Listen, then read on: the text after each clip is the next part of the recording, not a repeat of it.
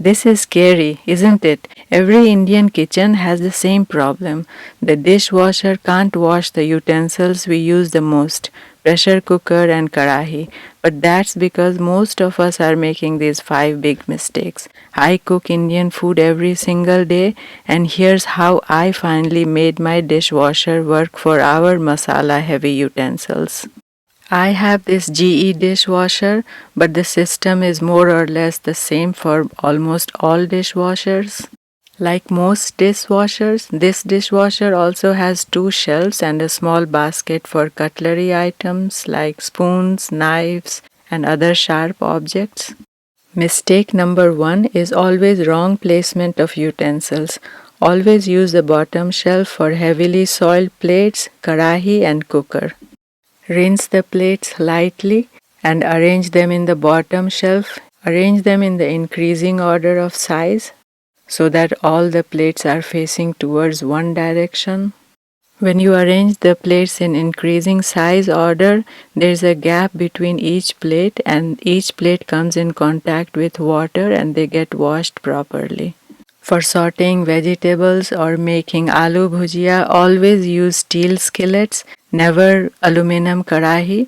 Steel skillets can be easily scrubbed and you can put it in the bottom shelf of the dishwasher, again facing towards the plate. Dishwasher companies say you don't need to rinse anything, but this rule does not apply to Indian cooking. A dishwasher can't remove the stuck milk layer or burnt bottom of a pan. You must loosen it first. Always scrub off the burnt bits from milk pots, tea pans, and saucepans before putting them in the dishwasher. Keep small steel bowls, teapots, small plates, and pans on the top shelf. Place bowls slightly tilted so water can reach inside and clean it properly. Never stack bowls inside one another. If you do, the bowls will stay dirty. In a dishwasher, placement is everything. Even good utensils won't wash well if they are arranged incorrectly. Always put your small steel bowls, teacups, glasswares, anything small in the top shelf so that they get washed properly.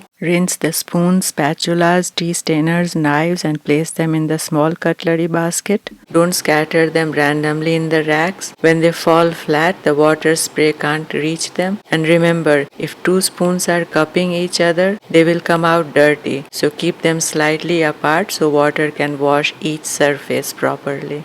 Mistake number 2, and it's a big one, using aluminum karahi and pressure cooker. Most Indian kitchens use aluminum karahis for sabji, tadka or frying, but aluminum and dishwashers do not get along. Aluminum becomes dull, stained and patchy after a few washes, no matter which detergent you use. So the simple fix, switch to a heavy bottom stainless steel karahi, pots and pressure cooker. Stainless steel doesn't react with dishwasher detergent. It doesn't stain and it comes out looking shiny every single time, especially if you give the bottom a quick scrub before loading it. It's a small change, but it makes a big difference in how well your dishwasher works for every Indian cooking. Dishwashers can't remove the burnt milk layer or tea stain from the bottom of the pans, so always scrub off the stuck bits first. A quick rinse before loading them makes a huge difference.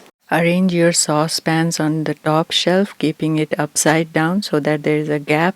Replace your aluminum pressure cooker with a steel pressure cooker like this. It also comes with a steel pressure cooker lid. It's a one-time expense, but it saves you from lots of work. You don't have to wrestle with your pressure cooker trying to make it squeaky clean. This too can go in the dishwasher and you won't feel cheated. Scrub your stainless steel pressure cooker lightly. Take the lid of the pressure cooker, which is also a stainless steel, remove the whistle and the gasket. Stack your pressure cooker in the lower shelf of the dishwasher. Stack the pressure cooker lid just where you would stack your steel plates. Place your glasses, ceramic glasses, coffee mugs and bottles securely between the tines at the back, those little stands that stick up so the water can reach all sides and clean them properly. Scrub the glass lids gently with the wool scrubber and place them along with the steel plates in the bottom shelf. Blender and mixer blades can go safely into the cutlery basket. Just remember to place all the plastic parts on the top shelf to protect from the heat. Mistake number 3. Overloading the dishwasher. We all try to fit just one more bowl, but when items are stacked tightly, the water can't reach everywhere. If two surfaces touch, they won't get cleaned. So give your utensils a little space and the wash quality improves immediately.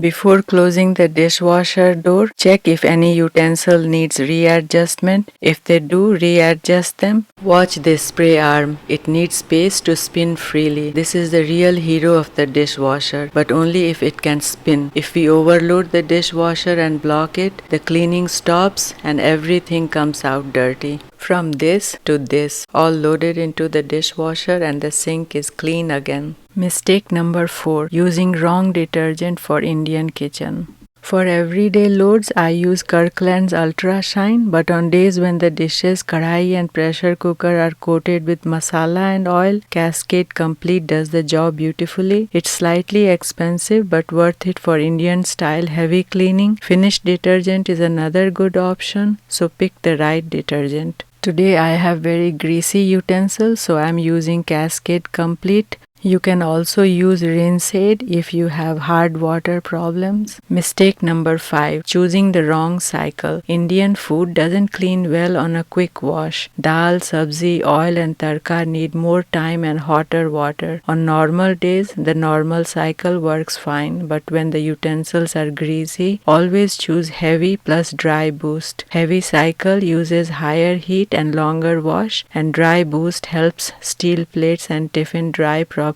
With the right cycle, nothing comes out half washed. I always start the dishwasher at night, so in the morning all the utensils are nice and clean. In the morning I open the dishwasher lid and see how all the utensils, dishes, everything is squeaky clean. On the top shelf, bowls and glasses also look extremely clean. Look at the karahi. There is not a single stain or burnt mark left. Pressure cooker lid is also extremely clean. And the most important utensil, the pressure cooker. I don't have to struggle with the pressure cooker anymore. The heavy bottom steel pot, which I sometimes use instead of karahi, has come out all clean. The burnt skillet, which was so burnt, is also squeaky clean. Since I use the heavy and dry boost cycle, all the utensils are already dry. I don't have to wipe them off. Just arrange them in your utensil shelf. The ceramic cups and the coffee mugs are all clean. The tea strainer has no stain or any gunk in it. Even the blender blade is all nice and clean. Spoons are all spotless and dry. After arranging all the utensils, spoons, knives, forks, dishes, cups, bowls, I'm very happy with the result. I avoided the dishwasher for almost 11 years after moving to the USA. I truly believed that only a Kamwali Didi could wash Indian utensils properly, but I was so wrong. Instead of fighting with the dishwasher, I changed my utensils and my habits, and it saved me almost 20 minutes every day. I have learned all this by trial and error, and if it helps even one Indian kitchen run smoother, it's worth it. So let me know in the comments what else you want to learn about dishwasher and its usage. I'd love to make a whole series to help make your kitchen life easier. Until next time, stir with soul, and thanks for watching.